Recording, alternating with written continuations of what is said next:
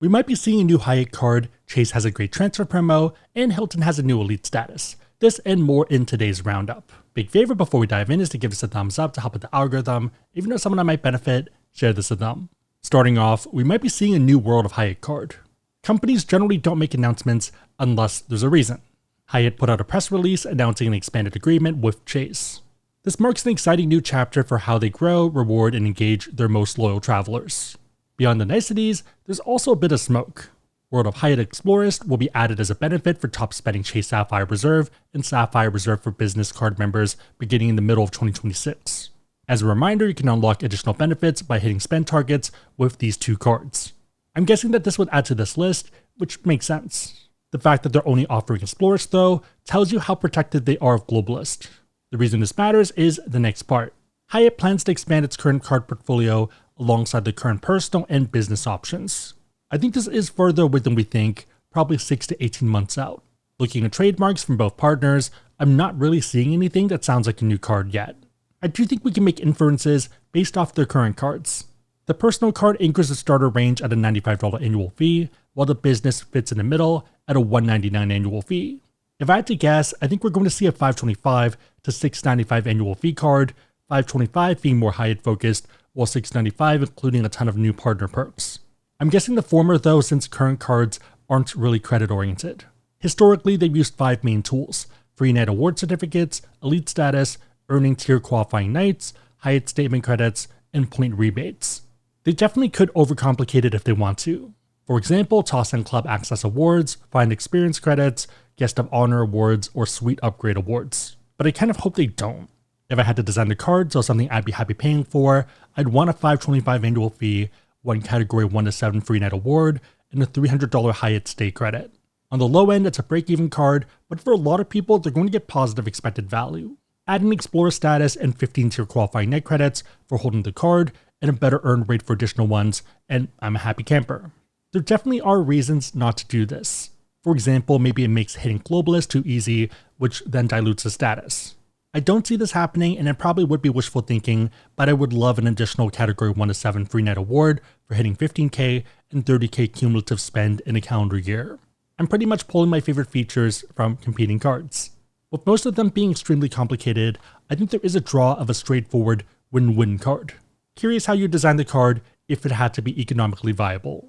Even without a new card, World of Hyatt Points is still one of my favorite transfer partners for Chase points.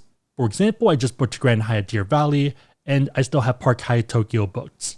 For Deer Valley, 116,000 points to cover 4 nights that would otherwise run 4,200 is great value in my book.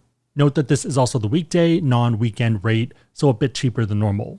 4171 divided by 116k is 3.6 cents per point. Ski hotels are just expensive. Even economic ones, and not the nicest by any stretch, are still about $300 to $400 a night. Our would pay number for a nice ski and ski out option is $500 to $600, and that's still 2 cents per point. We have paid $1,200 a night for very nice ones, but I don't think I put the Grand Hyatt Deer Valley in that bucket.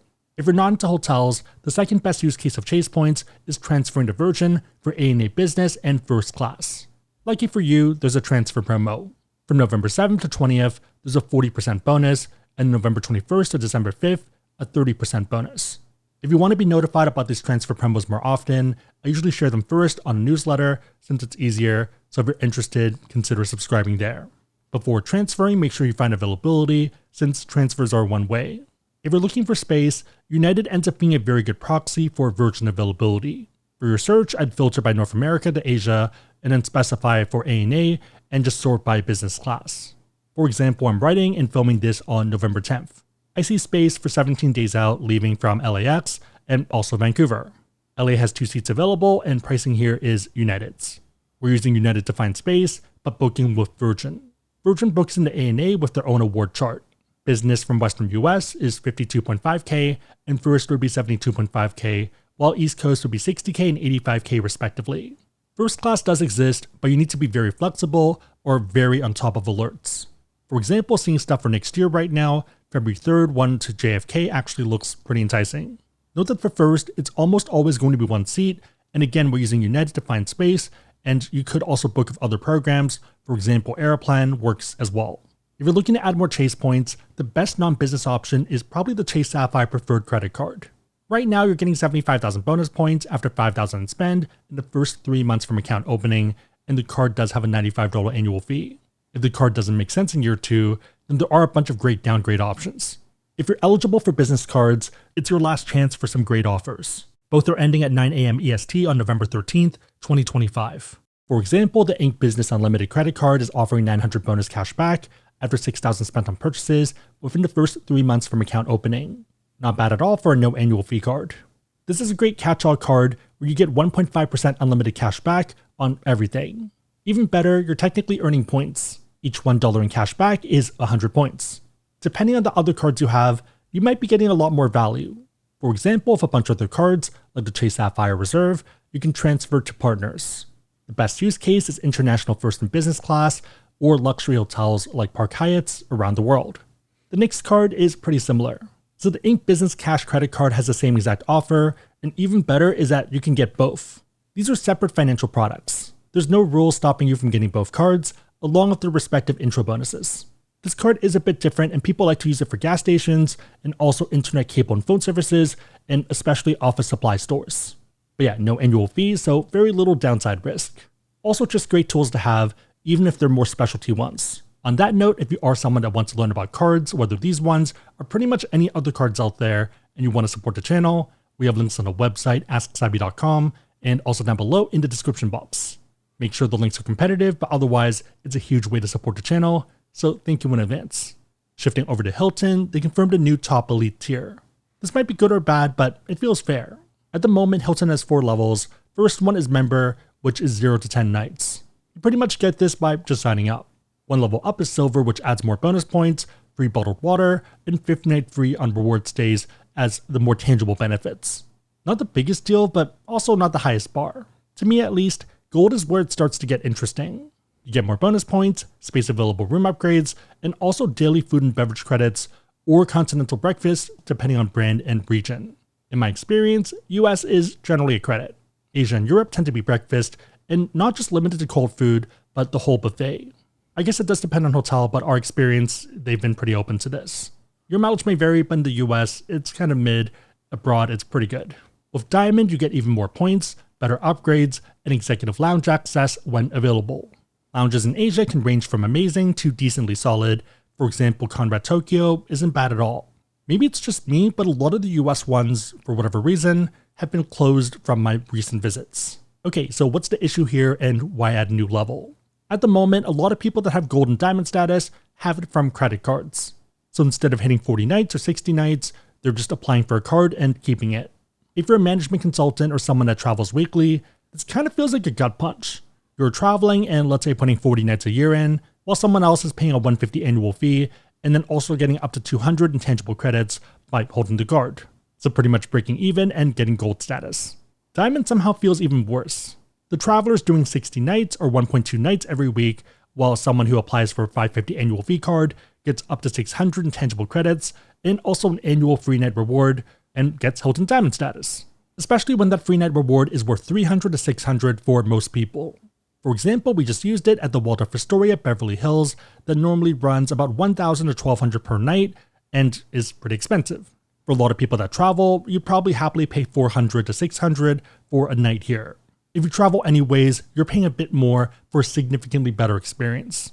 Consider that budget options like Holiday Inn already run 200 to 300 per night. Baseline mid-level ones like Hilton's run 300 to 400, maybe 500 sometimes.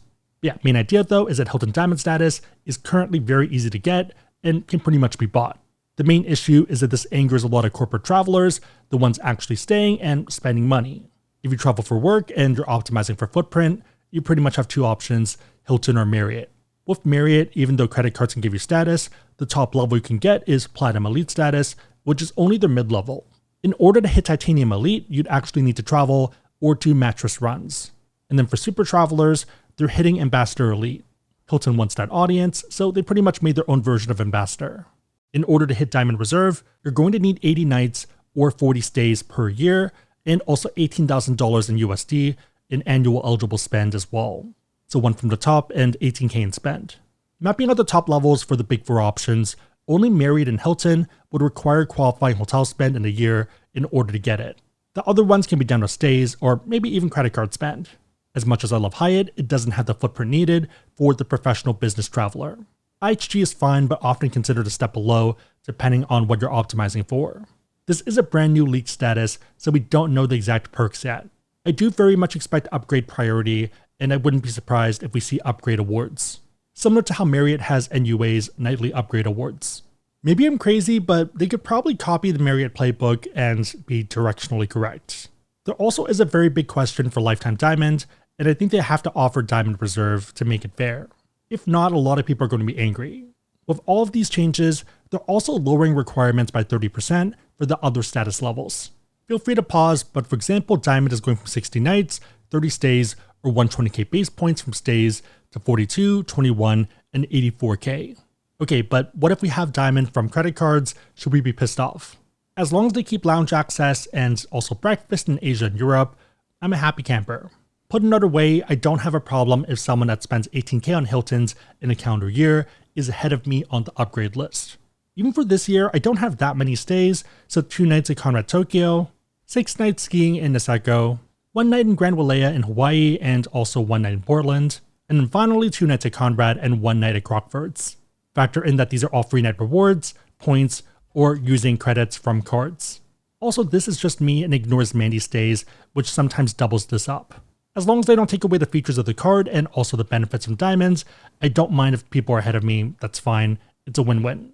On Hilton's end, it still makes a ton of sense since bank partners are still happy, corporate travelers are now happy as well, and that also now makes Hilton franchisees happy since they have more corporate travelers.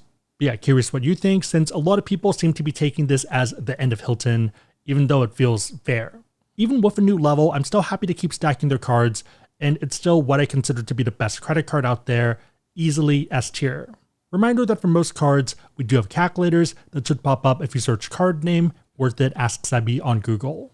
Again, if you want to learn about cards, we have links on the website, AskSebby.com, and also down below in the description box. And if you're curious, all legal affiliate disclosures can also be found below in the description box.